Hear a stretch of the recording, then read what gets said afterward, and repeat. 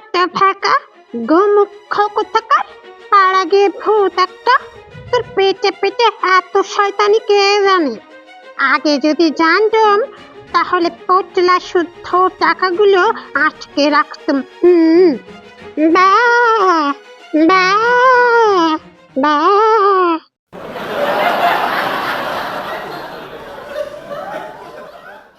গ্রামে থাকতো এক গরিব চাষা। তার নামে মহাজন নালিশ করেছে। বেচারা কবে তার কাছে সেই 25টা টাকা নিয়েছিল, সুদে আসলে তা এখন 500 টাকায় দাঁড়িয়েছে।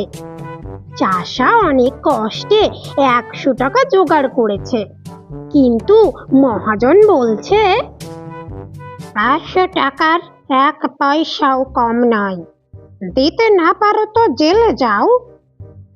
সুতরাং চাষার আর রক্ষা নেই। এমন সময় শ্যামলা মাথায় চশমা চোখে তুখোর বুদ্ধি উকিল এসে বলল, ওই 100 টাকা আমায় দিলে তোমায় বাঁচবার উপায় বলে দিতে পারি। শুনি চাষা তার হাতে পায়ে ধরল আর বলল,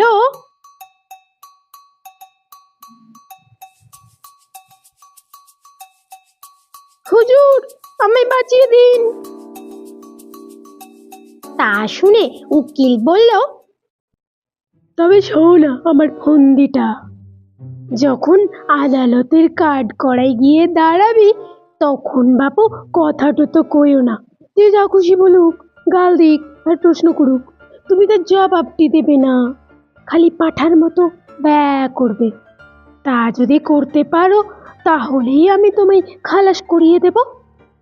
তা শুনে চাষা বলল, হুজুর, আপনি কর্তা যা বলেন তাতেই আমি রাজি। আদালতে মহাজনের মস্ত উকিল চাষাকে এক ধমক দিয়ে জিজ্ঞাসা করল, বলো তো বাপু, তুমি 7 বছর আগে মহাজনের কাছ থেকে 25 টাকা কি কর্জ নিয়েছিলে? চাষা তার মুখের দিকে চেয়ে বলল, বা বা। তা শুনে উকিল বলল, খবরদার, বল নিয়েছিলে কিনা। আবার চাষা বলল, বা বা। তা শুনে উকিল বলল, হুজুর, আসামির বেয়াদবি দেখুন একবার। এবার হাকিম রেগে গিয়ে বললেন, ফের যদি অমন করিস তোকে আমি ফাটক দেব রে। চাষা অত্যন্ত ভয় পেয়ে কাঁদো কাঁদো হয়ে বলল, বা বা। এবার হাকিম বললেন, কি হে, লোকটা পাগল নাকি? তখন চাষার উকিল উঠে বলল, হুজুর, ওকে আজকের পাগল, ও তো বহুকালের পাগল, জন্মে অব্দি পাগল। ওর কি কোনো বুদ্ধি আছে না কাণ্ড জ্ঞান আছে? ও আবার নাকি কর্জ নেবে, তাও আবার মহাজনের কাছ থেকে। ও কি কখনো ক্ষত লিখতে পারে নাকি? আর পাগলের ক্ষত লিখলেই বা কি? দেখুন দেখি এই হতভাগা মহাজনটার কাণ্ড দেখুন তো। ইচ্ছে করে জেনে শুনে পাগলটাকে ঠকিয়ে নেবার মতলব করেছে। আরে ওর কি মাথা ঠিক আছে? এরা বলছে এইখানে একটা আঙুলে টিপ দে, পাগলে কি জানে, সে অমনি টিপ দিয়েছে। এই তো ব্যাপার।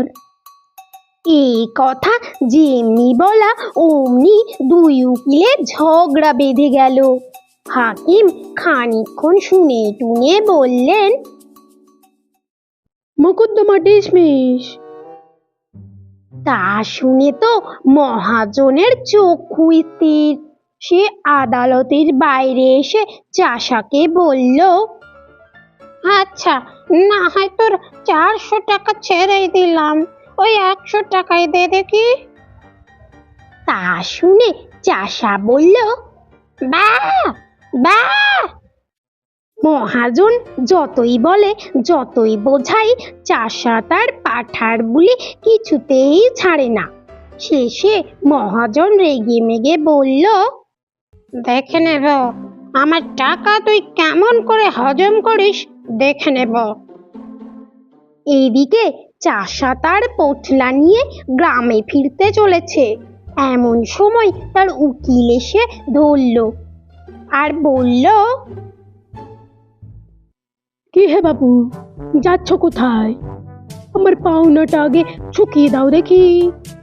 100 টাকায় যে রফা হয়েছিল, এখন মোকদ্দমা তো জিতিয়ে দিলাম।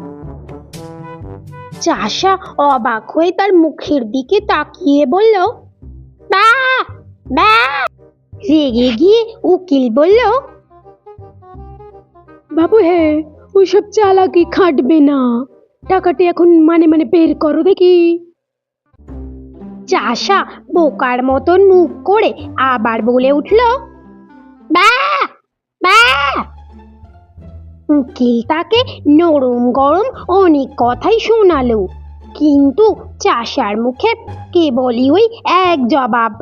তখন রেগে গিয়ে উকিল বলল, হতভাগা, গোমুখ, পাড়াগে ভূত, তোর পেটে পেটে এত শয়তানি কে জানে?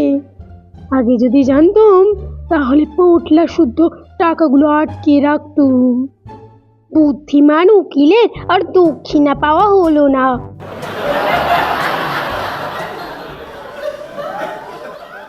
গল্পটি ভালো লাগলে লাইক, শেয়ার আর হ্যাঁ, সাবস্ক্রাইবের বোতাম ধরে ঝুলে পড়ো।